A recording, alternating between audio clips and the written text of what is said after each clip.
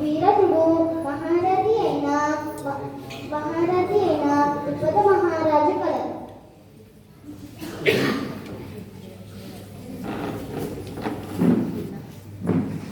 నకాంక్షే విజయం కృష్ణ నచం సుఖాని చ కిన్నో రాజ్యేన గోవింద ఇంద్రోగై తేనవా భోగై జీవితేనవా.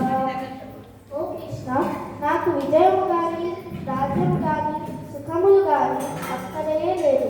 గోవింద, ఈ రాజ్యము వలన గాని ఈ భోగముల వలన గాని ఈ జీవితము వలన గాని ప్రయోజనమేమి? ఏషానర్థే కాంక్షితం నః రాజ్యం భోగా సుఖాని చ హైమావస్థితార్థే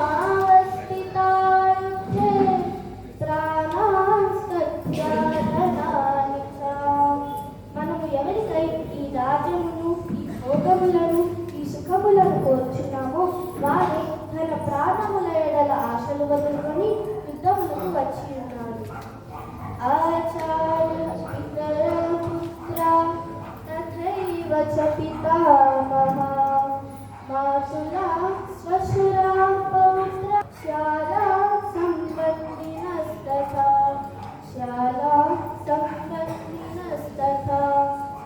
గురువులు, తండ్రులు, తాతలు, కొడుకులు, మనములు, మేనమామలు, మామలు, బావమరుదులు, ఇతర బంధువులు మొదలగు వారు అందరూ ఇచ్చినారు.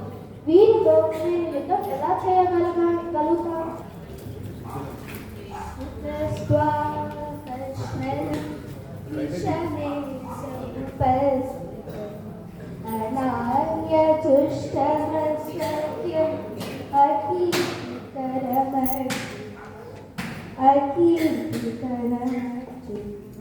అర్జున, నీకు ఈ తగిన సమయంలో ఇటువంటి మోహం ఎట్లు దాపరించినది? అశోచ్యానందశోచస్త్వం ప్రజ్ఞావాదాంశ్చ భాషసే